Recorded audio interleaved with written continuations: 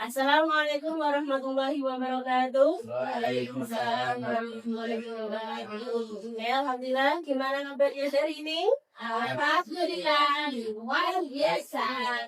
Luar biasa sekali. Oke, sebelum kita melanjutkan materi kita pada mata perkuliahan manajemen pendidikan Islam, saya ingin tanya kehadirannya dulu. Apakah hari ini masuk semua? Masuk semua, Bu. Masuk semua ketua kelas? Masuk ya? Oke, alhamdulillah dari ini masuk semua. Oke, sebelumnya mari kita berdoa bersama-sama dulu. Berdoa mulai. Selesai. Oke, tadi sudah luar biasa. Biar makin semangat, boleh semuanya berdiri dulu. Kita refreshing dulu, refresh otak kita kembali. Oke, ketika nanti saya mengatakan botak, pegang kepala. Kalau yang botak itu kan kepala. Kemudian kalau batuk, pegang mulut. Kemudian kalau balik, pegang baju atau badan. Siap? Siap. Oke, botak, batuk, batik, batik, botak, batuk, batuk, batuk. Oke, teman-teman kita semua. Ini itu sudah full konsentrasi. Oke, pada pertemuan kali ini kita akan membahas tentang teori pendekatan dan metode dalam kepemimpinan dan supervisi pendidikan. Nah, sebelum ke materi ini, saya mau tanya materi yang kemarin. Kemarin kita sudah membahas tentang apa itu manajemen pendidikan Islam dan pendekatannya. Coba masih ingat? Tolong, Ananda Ani? Ya.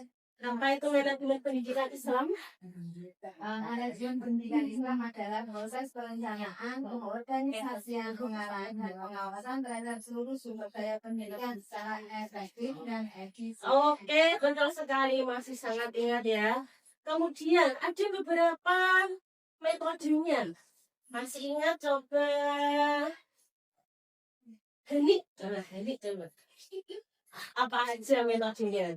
Tadi sangat kaya aja. Metode pengorganisasian. Ya.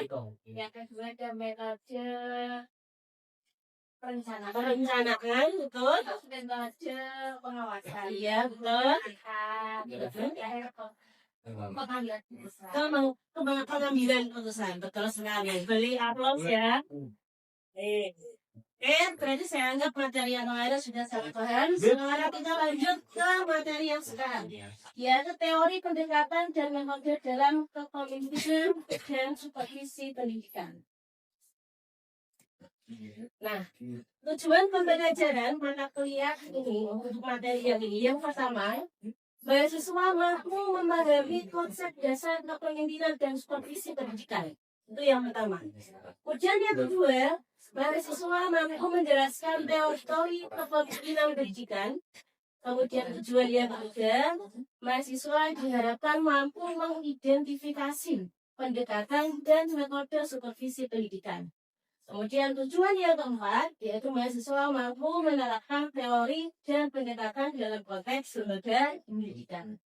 Itu tujuannya. Kemudian kita selanjutnya ke pengertian. Apa sih pengertian kepemimpinan pendidikan?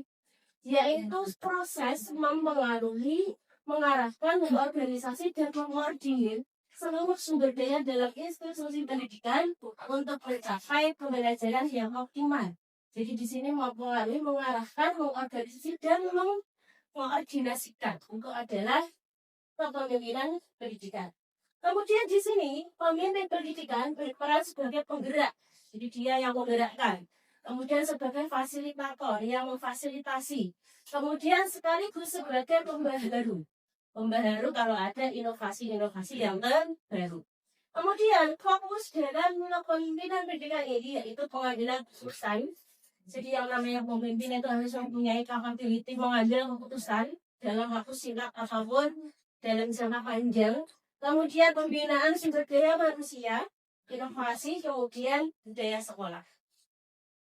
Nah, kita akan bahas teori yang sering kita dengar dan sering kita lihat di dalam manajemen pendidikan Islam, yaitu gaya kepemimpinan. Gaya kepemimpinan yaitu ada tiga. Yang pertama adalah gaya demokratis, kemudian yang kedua ada gaya otoriter, kemudian yang ketiga ada laissez-faire. Kemudian yang pertama yaitu adalah demokratis. Apa itu? Di mana gaya ini melibatkan seluruh tim. Kalau kita berbicara dalam lembaga pendidikan, timnya siapa aja? Berarti ada guru, ada staf, kemudian ada peserta didik atau keluarga dalam sekolah itu. Nah, di sini pengambilan keputusan yang melibatkan semua warga sekolah itu. Kemudian ciri-cirinya yang pertama adalah terbuka, kemudian di sini dengan musyawarah, kemudian kolaborasi dan tanggung jawab bersama, kemudian ciri yang terakhir adalah meningkatkan motivasi dan partisipasi staf. Itu adalah yang pertama. Kemudian yang kedua adalah gaya kepemimpinan otoriter. Ya, jadi kita sering mendengar kata otoriter. Otoriter itu yang gimana? Yaitu gaya kepemimpinan yang sentralistik, di mana keputusan itu dibuat secara sepihak dan kontrol terhadap bawahan sangat kuat. Jadi pemimpin itu mempunyai power yang sangat kuat terhadap anak buahnya, karena segala keputusan diambil oleh pemimpin. Jadi dia tidak mengandalkan jalan musyawarah. Dan ciri-cirinya apa? Yang pertama, sangat kaku, ya, karena memang tidak melibatkan anggota yang lain, maka di sini dikatakan sangat kaku. Kemudian komunikasi satu arah dari atas ke bawah, kemudian disiplin yang sangat ketat, kemudian minim partisipasi dari guru atau staf. Bahkan presiden di Indonesia mulai dari presiden pertama sampai sekarang ada salah satu presiden kita yang terkenal dengan gayanya yang otoriter. Ya, siapa itu? Kalau kita flashback, Bapak saya enak zaman itu Bapak siapa? Pak Soeharto. Jadi dia terkenal dengan gaya kepemimpinan yang otoriter. Kemudian selanjutnya adalah gaya kepemimpinan laissez-faire.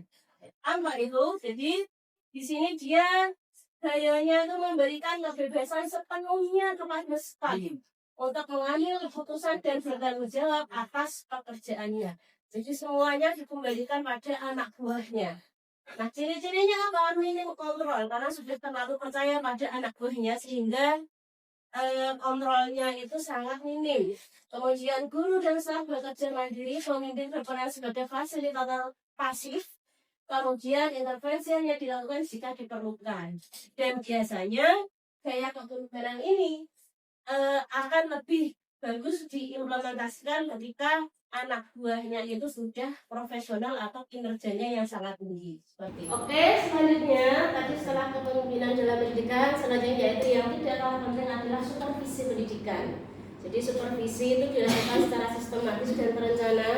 Dan di sini ada kata kunci dalam supervisi, yaitu yang pertama adalah membina, bukan menghukum. Jadi yang namanya supervisi itu yang membina. Kemudian yang kedua adalah memberi bantuan, bukan mendikte. Kemudian yang ketiga adalah meningkatkan kualitas, bukan hanya sekedar menilai. Oke, selanjutnya tadi beberapa materi sudah saya sampaikan dan saya kira kalian sudah cukup memahami. Agar lebih paham, ini kalian sudah saya buat menjadi 3 kelompok. Ini adalah kelompok 1, kemudian kelompok 2, kelompok 3.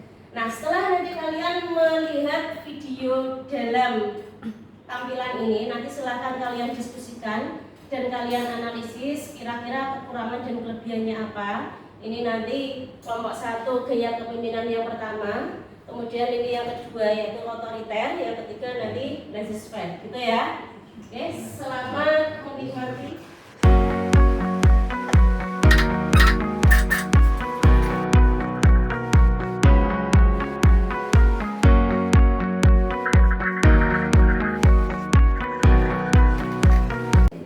Ya, tadi itu adalah video ada masing-masing gaya kepemimpinan. Nah, sekarang silakan kalian diskusi dengan kelompok kalian. 5 menit cukup ya?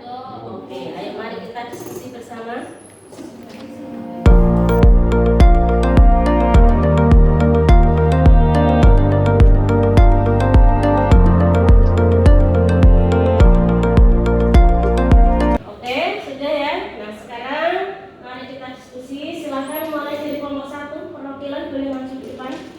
Bacakan hasil analisis videonya. Silahkan. Terima kasih. Hasil kontribusi dari kelompok. Kami kelompok 1 tentang gaya kepemimpinan demokratis. Ya. Kelebihan gaya kepemimpinan demokratis, 1 meningkatkan kepuasan kerja guru, menumbuhkan rasa kepemilikan terhadap guru sekolah, 3 membangun iklim kerja yang sehat. Kekurangannya memerlukan waktu yang lama dalam mengambil keputusan, tidak cocok untuk situasi yang memerlukan keputusan cepat. Oke, sangat tepat sekali. Beri aplaus untuk kelompok 1 ya. Luar biasa. Selanjutnya kelompok 2.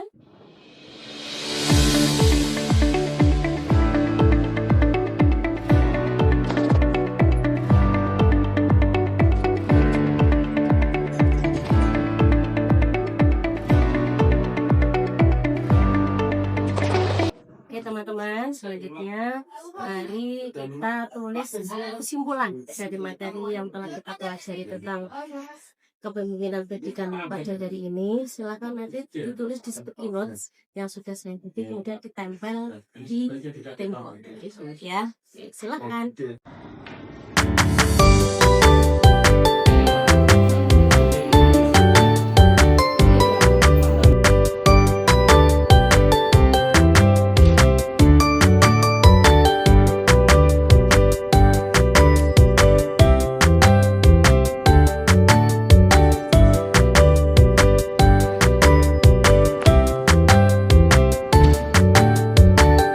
Oke, selanjutnya sebelum Ibu menutup perkuliahan pada pagi hari ini ada tugas di rumah buat kalian, yaitu apa tantangan terbesar menerapkan teori supervisi di sekolah Anda.